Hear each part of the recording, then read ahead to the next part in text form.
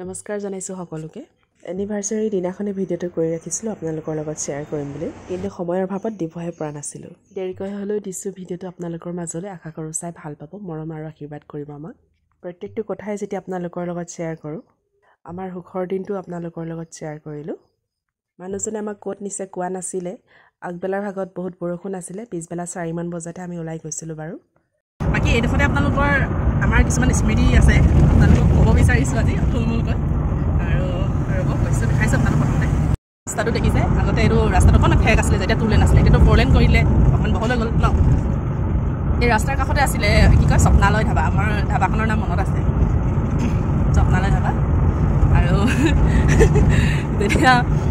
মানুহজনে মানে লগ ধৰে আৰু মানে মোক ক'ৰবাত মানে যাবিনি বুলি মই যাব ইচ্ছা নকৰোঁ মোৰ ভয় লাগে লৈ আহিব বুলি তেওঁ অকল সেইটো ধান্দাতে আছিলে আগতে তাৰপিছতে ক'বলৈ লাজি লাগিছে তাৰপৰা আহিছোঁ আৰু কি কয় স্বপ্নালয় আনে আৰু মোক আনে আৰু বাইকৰ পিছত বহি আৰু তেতিয়া পালচাৰ বাইকখন আছিলে স্বপ্নালয় ধাবাতে সোমাওঁ আৰু মোৰ মুখলৈ কিন্তু কোনোদিন নাচায় আৰু ময়ো কোনোদিন মুখলৈ চাই পোৱা নাই মানে নাচাওঁৱেই আৰু দেখিবলৈ মন নাযায় তাৰপিছতে নিজৰ স্বাৰ্থত মানে বাইকখনত বহি আহোঁ আৰু গধূলি হৈ যায় কেতিয়াবা কলেজৰ পৰা আহোঁতে খেলি আগতে মই খেলিছিলোঁ যে খেলোঁতে দেৰি হৈ যায় তাৰপিছত খাবলৈ বুলি আহে তাৰপিছতে সেয়া আৰু স্বপ্নালয় ধাবাত সোমাওঁ আৰু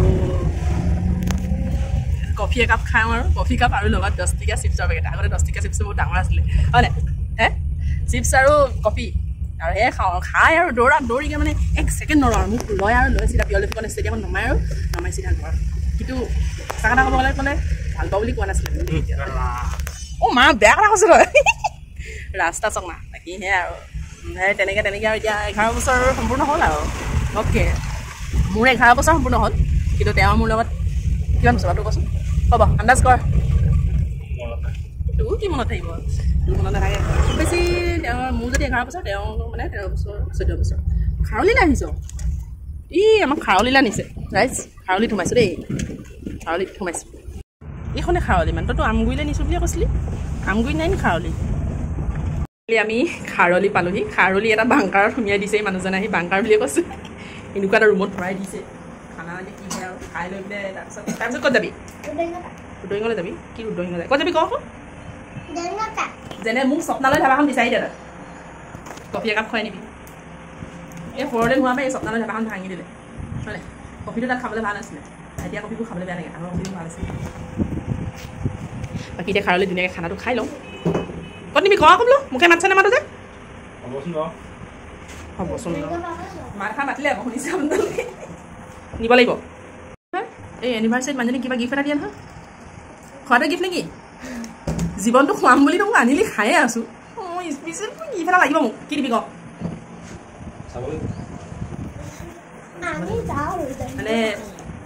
মানুহজনৰ কথা লাগি ধৰে প্ৰথম কথা হৈছে তেওঁৰ সেইটোৱে প্ৰব্লেম তেওঁ কথা ক'লে অকণমান লাগি ধৰে সেইকাৰণে তেওঁ কথা ক'ব নোৱাৰে খুব কথা কম কয় আগৰ পৰাই কথা কম কয় আৰু কথা কম কোৱা মানুহবোৰ জানিছে নহয় 1 নম্বৰ হয় খালি আহি গ'ল দেই কি দিছিলি অৰ্ডাৰ হা এই হাঁহৰ মাংস নি হাঁহ মাংস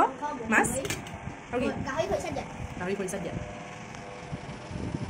বাকী ৰাইজসকলে খালে মোলৈ ভাল অহাই নাই সিহঁতে পূৰা দিছে এনিভাৰ্চাৰী আমাৰ খাইছে সিহঁতি দেখিছে দে খাবলৈ মানে এই গাহৰি বেছি নিদিবি হাঁহৰ মাংসখিনি চালিয়া হৈছে দেখিবলৈ হাঁহৰ মাংসখিনি খাবলৈ বৰ ধুনীয়া হৈছে বাকী কচোন তোৰ কেনেকুৱা আছে খাবলৈ বাবা কেনেকুৱা লাগিছে মোৰ বাবা কেনেকুৱা লাগিছে আৰু মিনু কেনেকুৱা খাবলৈ মই কিন্তু হাঁহৰ মাংসখিনি খাই মজা পাইছোঁ দেই গাহৰি খাই মই হাঁহৰ মাংস মজা পাইছোঁ বৰ ধুনীয়াকৈ আমি খালোঁ মইহে অকণমান হাঁহৰ মাংস এৰিলোঁ ইহঁতকেইজনীও ধুনীয়াকৈ ভাতকেইটা খালে দেখিছেনে বাকী খাৰলিত আহিব আপোনালোকে এসাঁজ ধুনীয়াকৈ তৃপ্তিৰে খাই যাব পাৰিব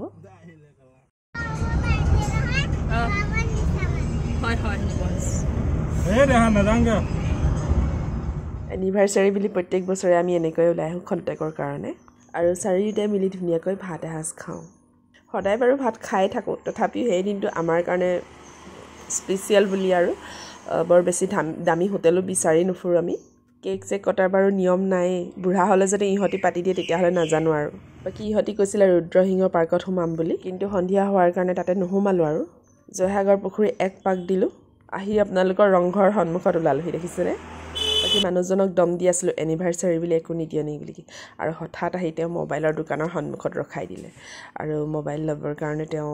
মোবাইল এটা চইচ কৰিলে। বাকী মই মোবাইলৰ বিষয়ে ইমান নাজানো বাৰু, মোক অকল ভিডিঅ' আৰু ফটো ভাল হ'লেই হ'ব, তাতকৈ আৰু একো নালাগে। কিন্তু কি হ'ল জানেনে, মই জগুক পেচাব কৰাবলৈ বুলি গ'লোঁ, মানুহজনে এই মোবাইলটো লৈ থ'লে। ভালে লাগিছে বাৰু, কিন্তু ঘৰত অহাৰ পিছত মোৰ মনটো ইমান বেছি বেয়া লাগিছে। মানে ভিডিঅ' কোৱালিটি একেবাৰে বেয়া। ৰাতি হোৱাৰ কাৰণে মানে যে বেয়া, মই সেই কথাটো মোৰ মাথালৈ অহাই নাই। সেইদিনাখন ৰাতি মই বহুত বেছি কান্দিছিলোঁ, মোক ঠগিলি বুলি। মোৰ সপোনটো পূৰ হ'ল, ধুনীয়াকৈ নতুনকৈ মোবাইল এটা কিনি দিলে আৰু মানুহজনে। আৰু এতিয়া কানাইজ বেকাৰীত সোমাইছে মানুহজনে আইচক্ৰীম কিনিবৰ কাৰণে। বাকী আজি আমাৰ এই সুখৰ মুহূৰ্তখন এনেকৈ আপোনালোকৰ লগত শ্বেয়াৰ কৰিলোঁ। আজিলৈ তেতিয়াহ'লে আছোঁ, বাই বাই।